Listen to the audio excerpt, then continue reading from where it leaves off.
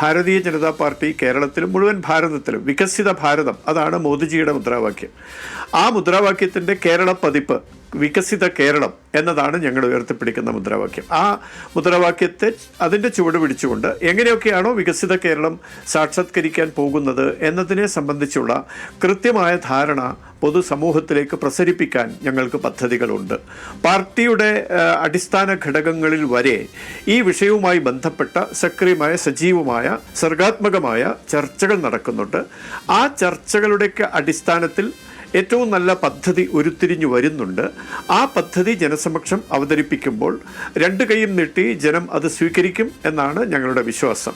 ആ വിശ്വാസത്തിൻ്റെ അടിസ്ഥാനത്തിൽ പൊതുസമൂഹത്തെ വിശ്വാസത്തിലെടുത്തുകൊണ്ട് തന്നെ സംഘടനാ സംവിധാനം കുറ്റമറ്റ രീതിയിൽ സജ്ജമാക്കിക്കൊണ്ട് തന്നെ തെരഞ്ഞെടുപ്പിനെ അഭിമുഖീകരിക്കാൻ കഴിയും.